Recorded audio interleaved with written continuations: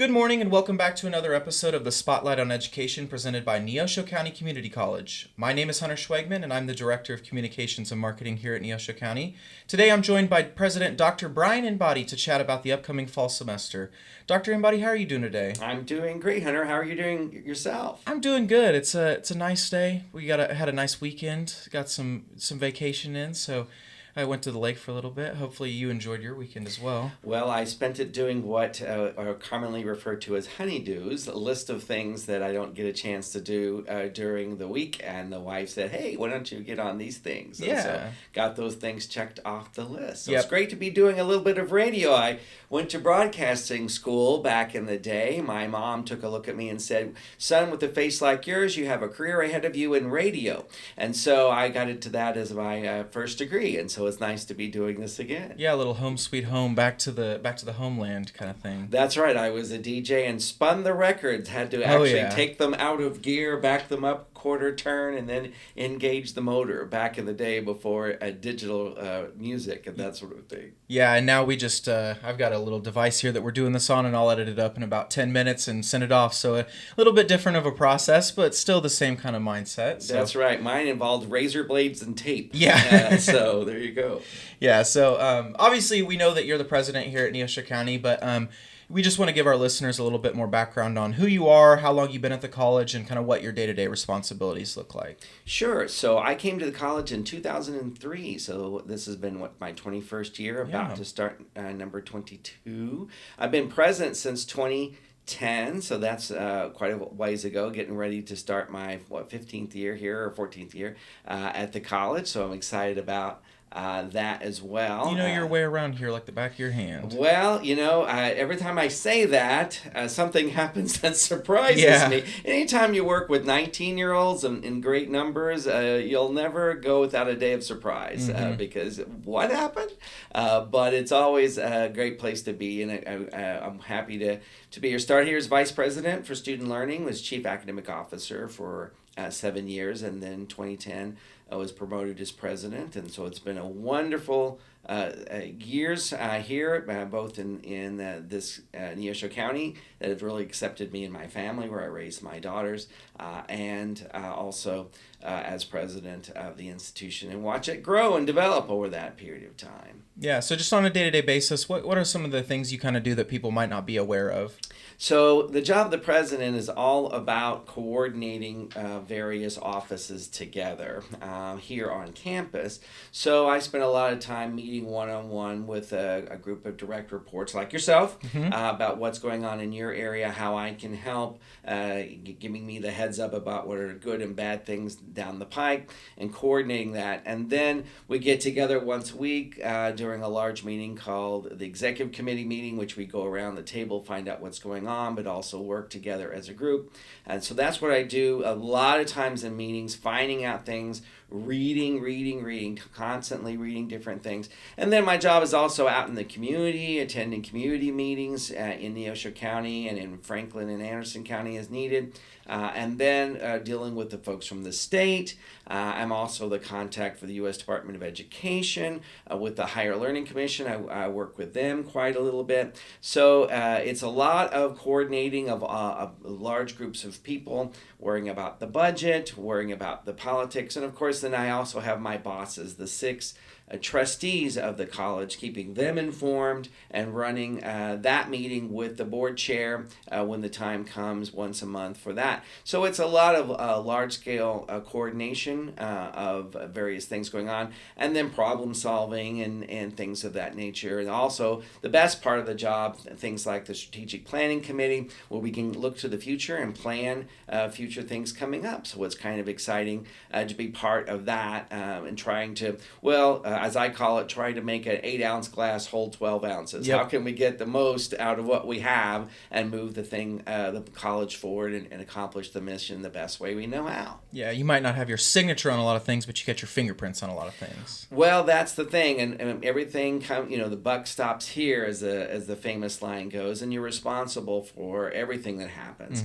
And so a lot of the decisions come through my office that people want to do certain things. They bring me proposals. We balance those out with other needs and priorities of the college, and then move forward with those. So not everything that happens says, well, that Inbody, he knows what he's doing, or wow, Inbody really screwed that up. Usually the latter is true, not the former. But that's because all of those ideas come from the folks that work here, and so my job is to hire great folks, put them in where they need to be, and give them what they need to be successful, and then help them make that happen. And so it's a lot of responsibility, but it's also a lot of reward. Mm-hmm. So before we look ahead to the fall semester and beyond, I kind of wanted to take a look back at the great year that Neosho County had last year. So looking back to the 23-24 academic year, what kind of things do the Panthers have to be proud of? We had a fantastic year around the whole campus. Athletically, we had one of the best years we've ever had. Our soccer teams won their conference, or either co-champions or champions of the conference, and the men of the region. Our coach won both men and women coach of the year, which was pretty unique and special to have that happen. Our volleyball team was nationally ranked. We had a great year in softball, fantastic year in softball. Even our cheer dance team did a wonderful job. So athletically, we did outstanding. But on in the classrooms where we really excelled, right? So we had 3 new programs that we started here in the Chanute area, HVAC, electrical, and plumbing. And 2 of those programs opened full, which was fantastic. Yeah, that's awesome. Yeah, we've never seen that happen before. That we couldn't get any more enrollment in there. That was really, really great. And that was at our new Mitchell Career and Technology Center. So it's doing fantastic there. And our enrollment was up 8.5%. And that was a record setter among the community colleges in Kansas for the year. Of the 19 community colleges, we had the greatest percentage increase in 1 year's time. And one thing that I've been working for since I got here, when I got here, Neosho was 5th out of the 6 community colleges in southeast Kansas, right? Only Independence was smaller than we were. And now, according to the fall census data for fall of 23 that KBOR put together, the Kansas Board of Regents put together, we were the largest in terms of head count of the southeast Kansas. It only took 21 years, but it shows what a long-term vision can do over time. And so I'm really, really proud of that. One of the things that no one will care about except maybe me, which was our biggest accomplishment, was once every 10 years, a group called the Higher Learning Commission comes to campus and they reaccredit the institution, or not, based on how well you do on certain criteria. So it's really, really important to be accredited. It's how we give out the Pell Grant and other forms of Title IV federal funding to our students. So it's highly critical that we do it. It takes years to prepare and to create. We created an 88-page document linked with hundreds of pages of evidence, and at the end of the day, the 5 reviewers who came down gave us a clean bill of health, which is rare, and with no follow-up, and so we don't have to see them again for 4 years, which is the maximum you can get. So really, really proud of that, and I know that's something that only academics behind the scenes care about, but it represents years and years of work to be able to have an outside group come in and say you're doing everything right. So I'm really, really proud of that. Yeah, it's one of those things, it sounds like, that if you do it right, nobody hears about it, nobody cares. But if you do it wrong, that's when your job is on the line. So that sounds like you're moving in the right direction. Well, that's what I always tell about the IT department. No one cares that the internet came up today. Yes. But if it doesn't, they care quite a bit. So the same thing about accreditation. And then looking ahead to the coming school year, especially in the fall, what are some of the things that we can look forward to happen here on campus? You know, the college is constantly growing, constantly changing, and constantly improving. We always look for ways that we can be better as an institution, better for their students, better for the community. And so what's coming up in this academic year, something I'm really excited about, we have a new academic program that we're starting this year called Automotive Technology, and that's going to be, again, at our Mitchell Career and Technology Center. A gift from the Mitchell family, as well as some great grants we were able to write and receive. And so that lab will open up this fall, we believe, and that'll be fun and exciting. Those classes look like they're already full as well for that new program. So excited about having that program there and ready for us. We also have some changes going on to the campus. We're going to be adding an outdoor plaza. So there's an attempt we have of trying to turn a negative into a positive. Some of your listeners may remember a few years ago, we had a really bad rainstorm and it flooded our gym floor. We had to replace our gym floor. And then like 6 months later, we had another rainstorm that flooded our gym floor again, and then we had to replace it again. So we took some steps to stop that in the short term, but it's time to do some long-term steps. So we're going to be putting in some stormwater management. But while we were doing it, we're thinking, well, we don't want some big drain at the back of the student union. What if we turn a negative into a positive? So we're going to make that fancy and have an outdoor plaza for the students to use for an outdoor gathering place. It's going to have a fire pit because we're mostly open in the fall and winter for students that are living here on campus, so they want to be able to use it year round. And it's going to have shade sails in the warmer times so that we can have some shade out there. It's going to be a great meeting place, outdoor Wi-Fi, power, all that kind of stuff there for the students. It's going to be a wonderful spot for them to have clubs and organization meetings or just hang out and have lunch out there. It's going to be a wonderful spot. It's going to start construction in the next few months. Should hopefully be done in mid-October. And so it solves the problem of not flooding the student union, which we'd like to not happen, but also it'll make a great spot for students over the year. And most of it was through donations from various folks and organizations. So we're really happy to be able to provide that. In your opinion, what is so special about Neosho County Community College? Like, why should someone come here versus attending another school? Well, Neosho has always been a great college when it comes to how we react and interact with our students. So if you go through we do a survey every year of all of our students in terms of satisfaction, one or two surveys. We do one every other year called the No Lovitz satisfaction survey. And on that survey, we ask them, what are you most happy about with the college? And guess what? It's about our interaction with our employees, specifically our faculty. And the faculty-student relationship here is fantastic. And why wouldn't it be? Our average class size is only 12. So, I went to Big State U right out of high school. There was no local community college for me because the local community college was like 45 miles away. And so I went off to Big State U and had classes of 300, and the instructor didn't know who I was, and I barely knew who they were. And it was very much a sink and swim type environment. Here, it's completely different. The instructors are going to know who you are. They're going to care about whether or not you succeed. We've got instructors who call people up and say, you didn't come to class today. What's going on there? Because they care about them, right? And they want them to do well. And we see that at graduation. It's always very evident because the hugs go both ways, right? The instructors are really sad to see the students go, but they're so excited and happy that they graduated. The students had formed a relationship with those instructors, and they're going to be sad to see them go as well.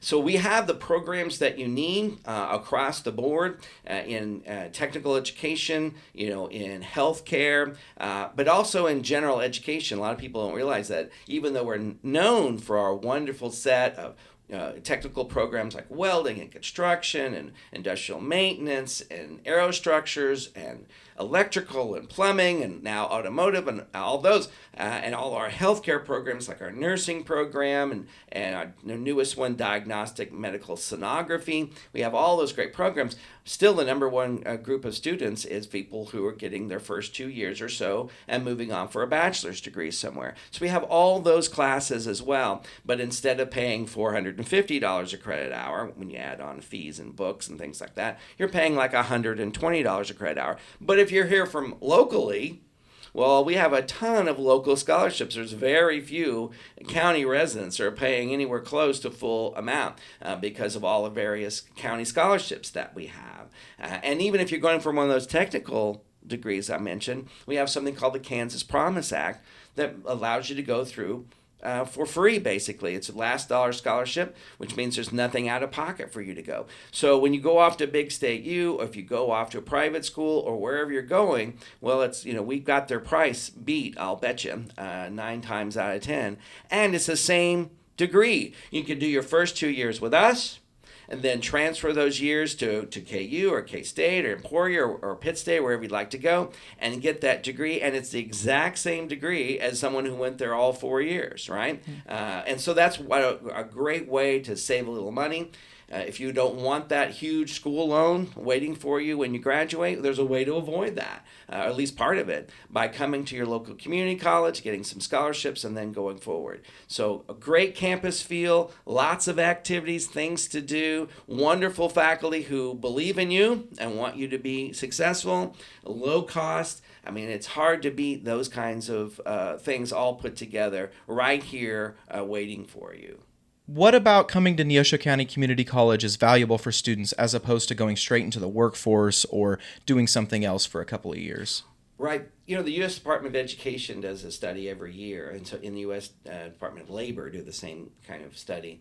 And they look at how successful people are 1 year out of high school, 10 years out of high school, and all through their lives. And of course, the numbers speak for themselves. What you can earn with a high school diploma versus what you can learn with a certificate, with an industry-recognized credential, with an associate's degree, and with a bachelor's degree. There's so much more than just a high school diploma alone. So we pay for a study through a group of economists called Lightcast. We do this every few years just to see if we are a good return on investment, right? That's what you really are asking. If I put in a couple of years of my life and money, or not, through scholarships and grants, but let's say I put in the time, is it worth it, right? And we ask that question to these economists. Is it worth it to our students? We see the national data, but is that true here locally? And I'm really happy to tell you, for every dollar a student at Neosho pays for their education, or someone else pays through scholarships or grant, but every dollar spent equals $9.70 to them through their lives extra that they would have gotten or not have gotten. So, you know, imagine investing in, I don't know, Apple at $10 a share. It's a lot more than that, but let's say it's $10 a share, and then you get $97 back for that $10 investment. You would invest more money in Apple if that's the kind of return you were going to get. Well, that's what these economists have found is what's happening. If someone comes in here and becomes, you know, over a 2-year or 3-year time span, becomes a nurse, right? And they go from someone who maybe they're on assistance, maybe they're getting help with their family expenses through the state or some other way, and then 2 or 3 years later they graduate and are now a certified nurse, passed the NCLEX exam, and now they're an RN, and they're making $70,000 a year. So you go from being on assistance to making $70,000, from a tax consumer to a taxpayer, and get yourself. So that's, and if you think about it, of course, when I mentioned that Kansas Promise Act, it's free for them to do that. So, and we need nurses. So that's a wonderful thing. We knew that was true. We suspected it was true, but we just didn't have the data until these economists went through and did the study. And we were blown away by how much a student can make just by going through their local community college here and getting associate's degree or an industry recognized certificate, for instance, through welding, becoming a certified welder, or in construction, or electrician, or all those different things that you can make really great money with not a lot of education, and someone else is paying for it. How can you beat a deal like that? Yeah, I usually like to sit down and do a list of pros and cons for decisions I make in life. That one doesn't sound like it's going to have a very long cons list. So. That's right. Well, and I always, I hear these stories of students that, hey, I got a $20,000 scholarship to go to a particular institution, and I go, great. What's the part you're going to have to pay? I mean, that's part of the story, but what's the out-of-pocket part?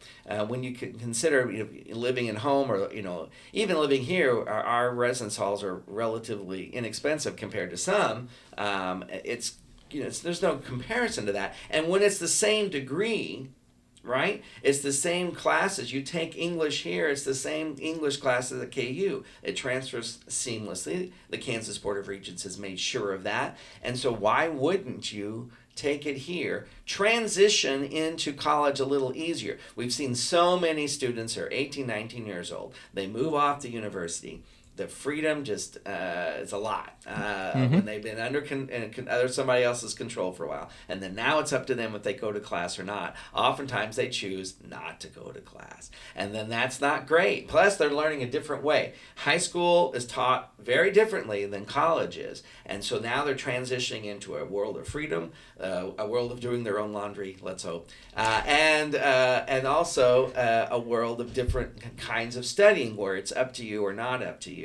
And sometimes they're choosing not to do it. And so by easing into college, coming here first, learning how college works, how to study like a college student does, how to do your homework on your own time, things of that nature. Before then, you're introduced, the freedom aspect of being away from home, then it's a great way to survive college. And in fact, our retention levels of students who go on into university are higher than the retention levels and completion levels of students who start there as a native student, as they call them, as an incoming freshman. Gives you a great base to really flourish with.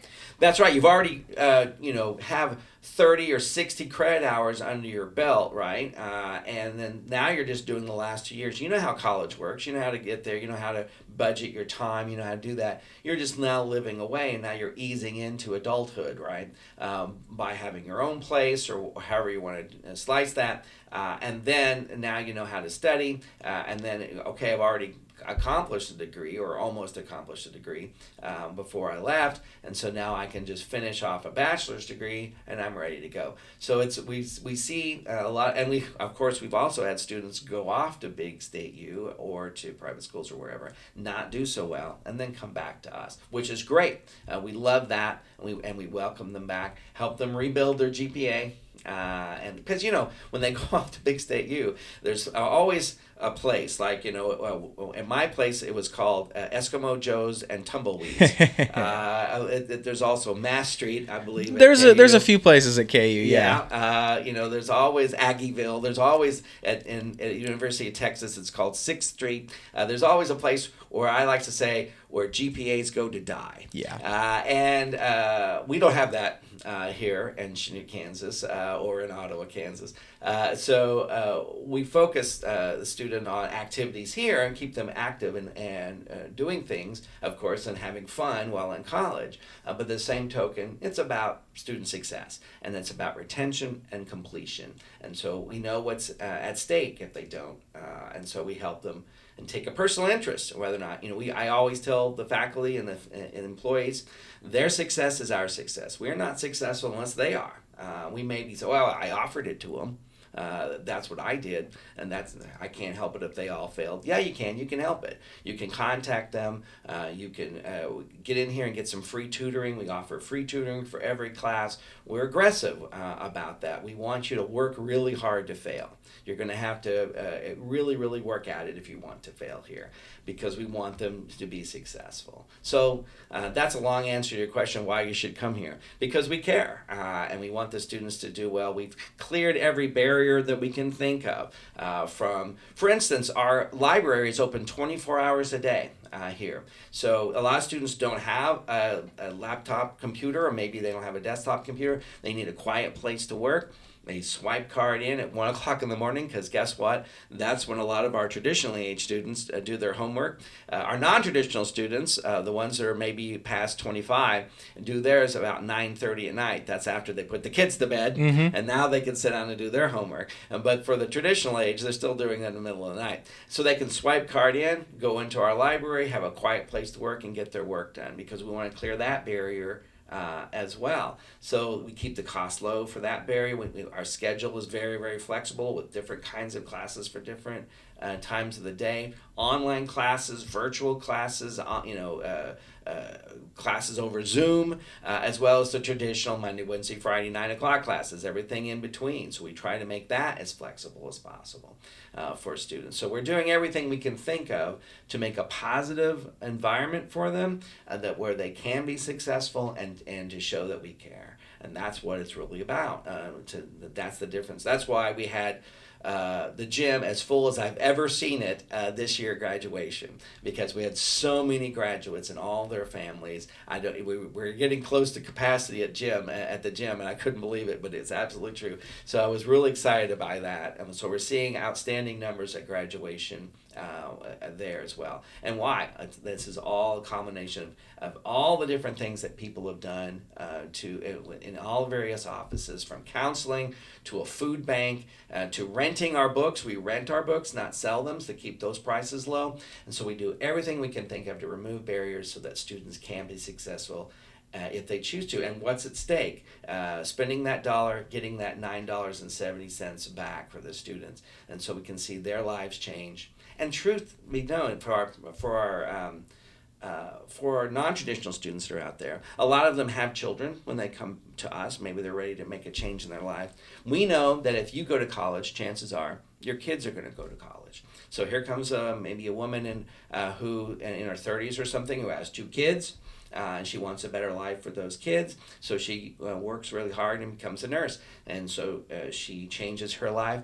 And we know that because she went to college, chances are those 2 kids are probably going to go to college too, because look what we just did. We broke generational poverty for that family, right? Because those 2 kids are probably going to go on to college themselves and not be in poverty themselves, because they went through college, got that certificate, and that industry recognized certificate or that degree, and made something of themselves, and to be an asset to community and not a detriment. So that we're really proud of that as well in our work there.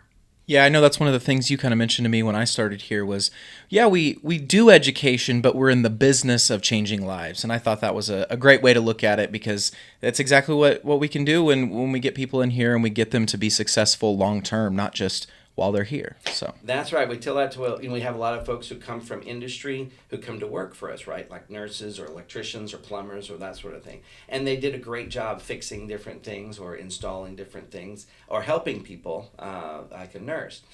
So all those things are very important, right? We don't make toaster ovens here. We'd make a great one if we did. But what's going to happen to that toaster oven? Eventually, it's going to wind up in the landfill. Well, guess what we do? We change lives. That's what we do. So you've gone from being a plumber crawling under a house and fixing someone's water, and that's really, really important.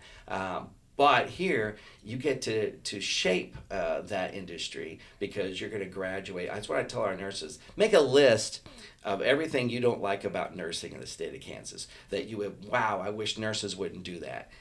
Now, guess what? You get to change that, right? Yeah. One nursing student at a time. And we graduate some upwards to 60, 70, 80 nurses a year. So you are slowly but surely changing nursing in the state of Kansas by training that bad behavior out of the new group of nurses. That's pretty powerful to say you're shaping nursing for Kansas. So that's one thing that's really attractive besides summers off, which is really nice for our faculty. It's a great way to spend your day, changing lives and shaping the industry.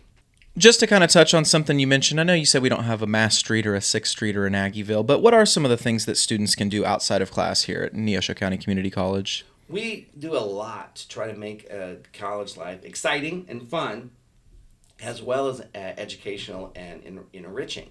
So we do that through clubs and organizations, right? So we have a wonderful array of clubs that are available for faculty, offered by faculty and staff members to the students. Some are around the discipline, like for instance, the art teacher has the art club and the music teacher has the music club, and they do various things together. But we also have clubs that are, things that are just interests of different people. Like we have a board game club. We have computer club. We have a literature and the movies club where they read the book and then watch the movie that's based on that book and do have an evening where they talk about it and what the differences were. My favorite club probably is a club called #Adulting, in which we have students learn maybe things that their parents should have taught them, such as how to change your oil or how to balance your checkbook or how to do your taxes, because that seems to be lacking with a lot of students these days, that they just didn't know these things. One of my daughters was getting married recently, and she was sending out her wedding invitations, and she had no idea, A, how stamps work, and B, where the stamp goes, because mailing a physical letter has kind of gone away. So that was my failure as a parent. I needed to do a better job of, this is how you address an envelope, and this is where you put the stamp. But things like that. So it's a wonderful way to get involved. For instance, our music and theater club went to New York to see some shows. Our history club went on a tour of various spots in the United States of Civil War battlefields and things of that nature. So it's just some really a great way for the students to get engaged with the instructor outside the classroom.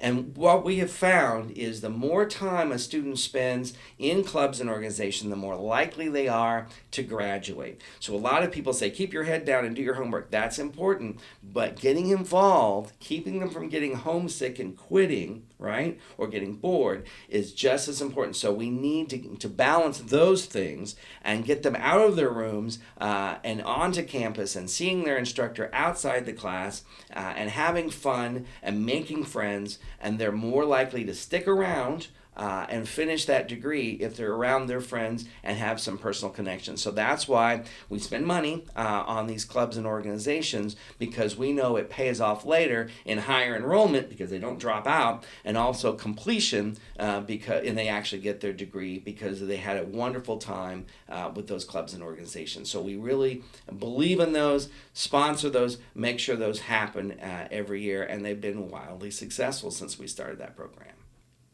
After talking all about the short future with things like the fall semester and what's upcoming here on campus, let's look ahead to the things after that. So what does the future of the college look like, and what do county residents and the people who are paying the taxes to support us, what do they have to look forward to? The college has, since 1936, have paid dividends to the area, right? And we're very, very excited about what we offer here to the county residents.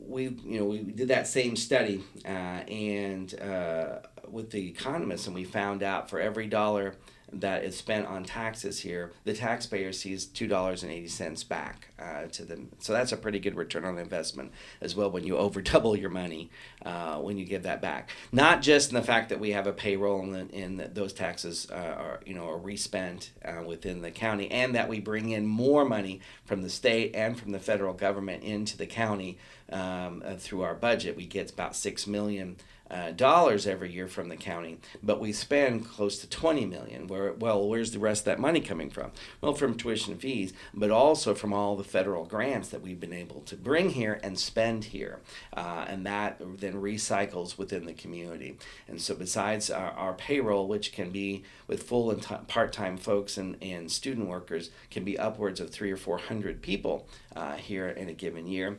It goes beyond that to give value to the community. So that's why when you go to a community event, oftentimes it's our athletic folks that are there, our students there, acting as crew for that to make sure that community event comes off well, like Artist Alley here in the city of Chanute. We help with that in many different ways, including the wrestling team takes out the trash cans, keeps those cleaned out throughout the day. When thousands of people here, you can imagine the amount of trash. Lots of trash. And then someone has to do that. And so we're there helping out with that, but also helping with booths and different organizations. And different every time you've been to a fundraiser, you may notice, oh, look, it's the volleyball team here serving folks, or the cheer team. So we really believe in getting out there and helping in our community, and it also teaches volunteerism to our students, which is very, very important. What's coming up in the far future? The college has always been good about adapting to what's going on. So we're constantly looking at what programs are needed in the area. We use various groups, advisory groups out there in different fields to say, hey, we need to move in this direction. I'll look for this particular major, and because we don't have enough workforce in a particular area. So we're constantly looking for ways to improve what we're offering so that we can improve the community. Our mission statement is pretty simple. It's one sentence. Neosho County Community College will enrich our communities and our students' lives. That's our mission. So our students' lives, you get that part, right? And we've been talking about that this whole time. But our community is right there as part of our mission because we believe in giving back to the people who give to us. And so that's why we provide all of our space on campus. If you're a nonprofit organization, if you want to have a meeting room, we provide that in most cases free of charge. And if you want to come up here and use one of our meetings, we're really, really excited about that.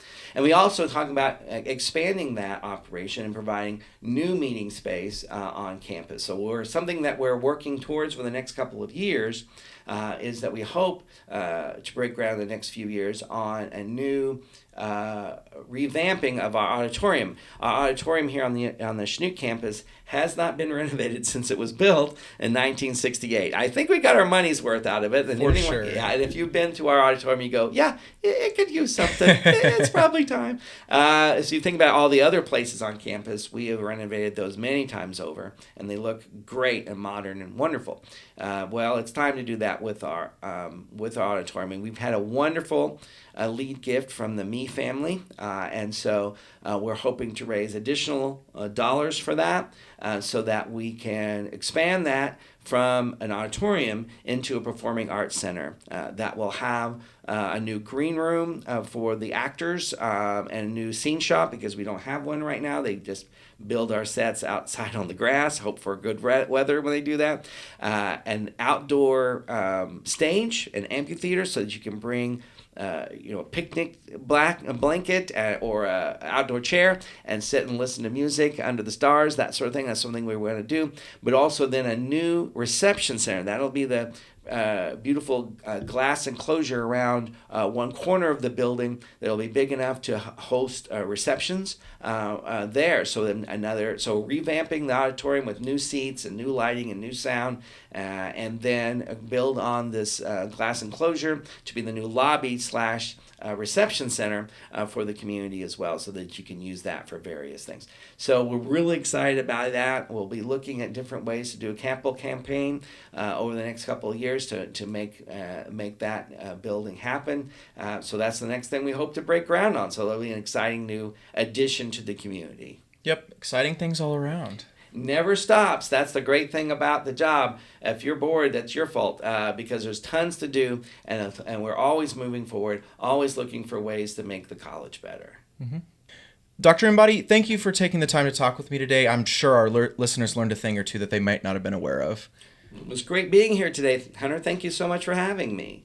If listeners have any other questions or need to get a hold of you, how can they do that? The best way to probably do that is through my email. I'm in meetings a lot, as I said earlier in this. Be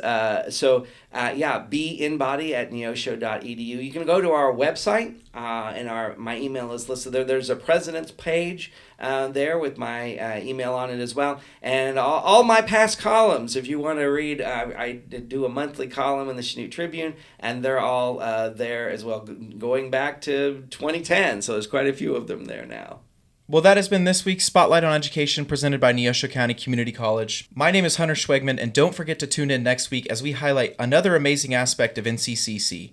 Visit neosho.edu for more information on enrollment, employment, and all the amazing things happening here on campus. Go Show!